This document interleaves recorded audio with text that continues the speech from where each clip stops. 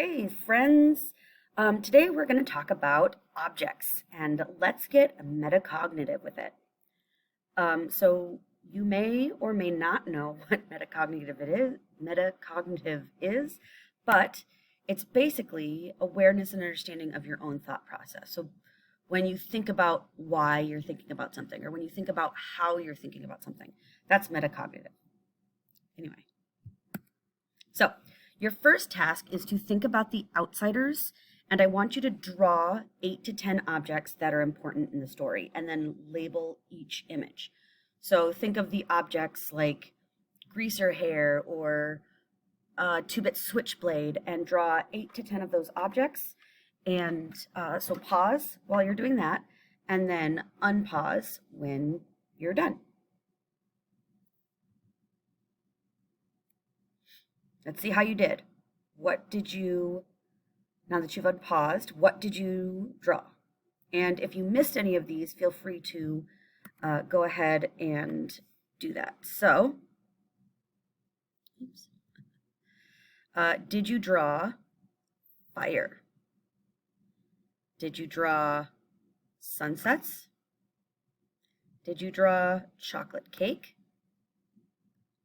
Did you draw Gone with the Wind? Did you draw newspapers? Did you draw the Blue Mustangs? 2-bit switchblade? Did you draw Bob's rings? Did you draw the greaser hair? I hope you did, since I mentioned that. Did you draw a gun or J Mountain?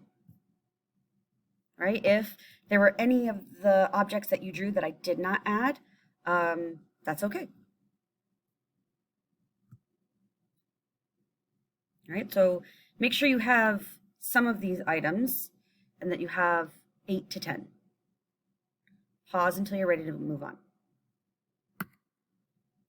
So in a text, however a character feels or reacts to the object is how they feel or react to the idea it represents.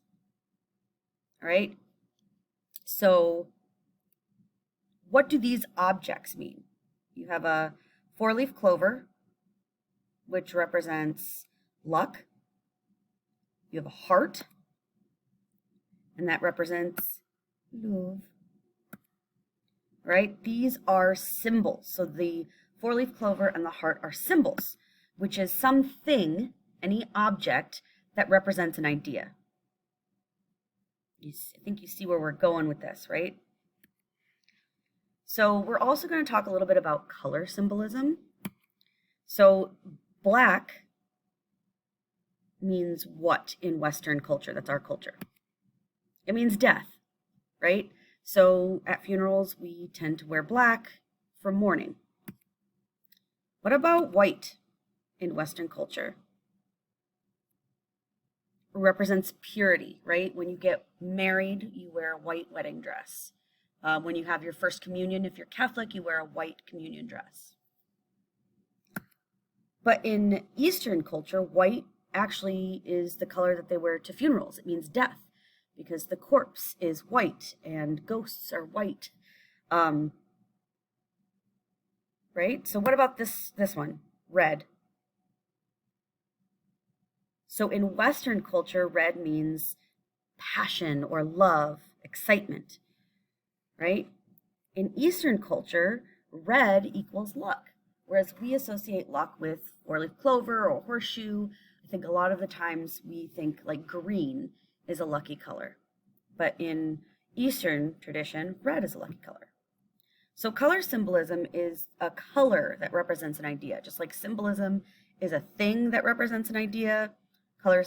Symbolism is colors that represent an idea. And then we also have universal symbols.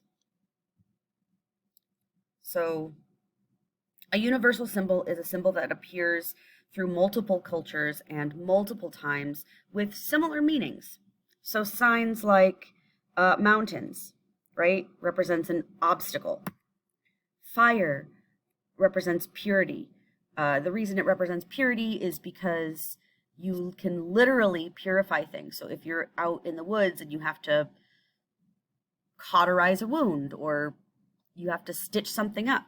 You stick the needle that you're using in fire, right, to purify it, to get rid of all the germs.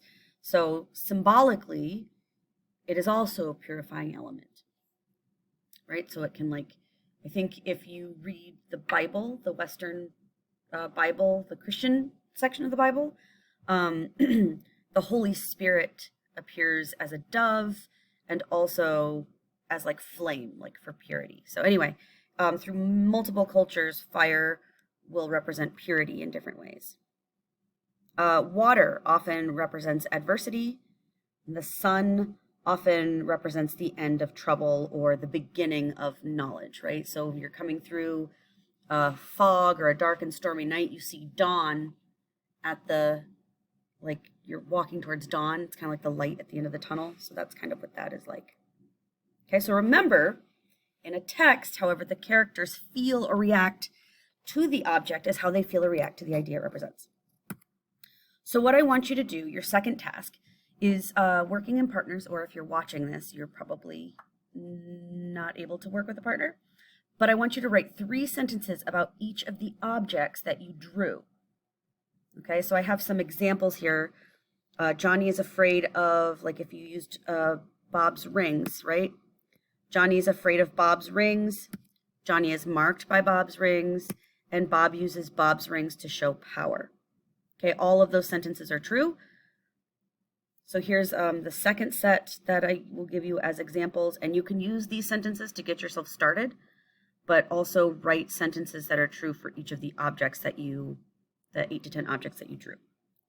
So the second, the greasers want blue Mustangs. The Socias have blue Mustangs, and blue Mustangs give people status.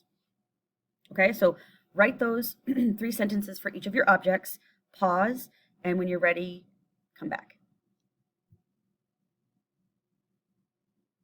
All right, now that you're back, we're going to supplement. We're going to switch out the symbol, the thing, for the idea it represents. Okay, so looking at Johnny is afraid of Bob's rings. So rings traditionally might symbolize wealth. All right, so let's see if wealth fits in there. Johnny is afraid of wealth. Well, he's not afraid of wealth. He's definitely not marked by wealth.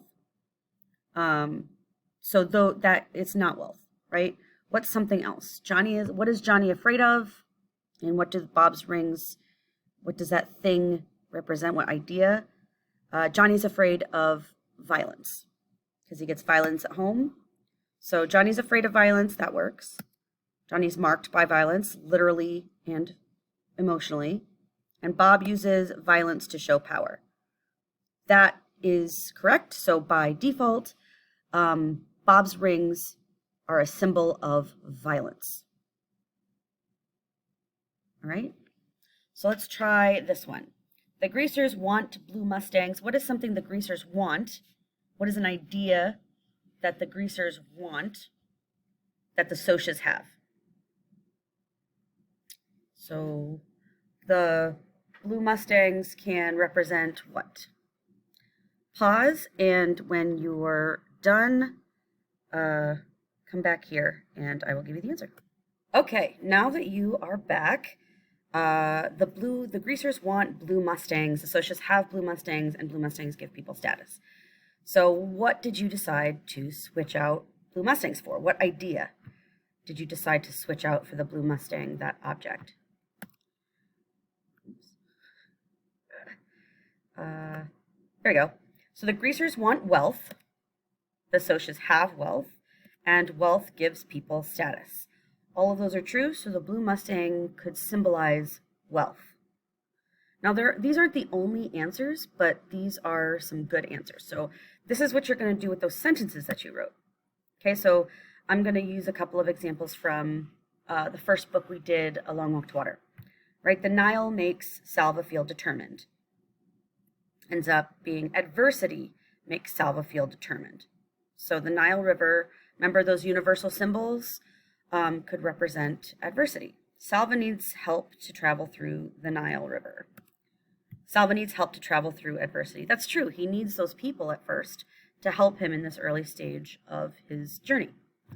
And the group survives the Nile River. The group survives adversity. All right, so while you are writing your sentences out for your objects, remember, however the characters feel or react to the object is how they feel or react to the idea it represents. So make sure that you can switch out the object with the idea and that all three of your sentences make sense with that idea. All right, and that is your homework. Good luck.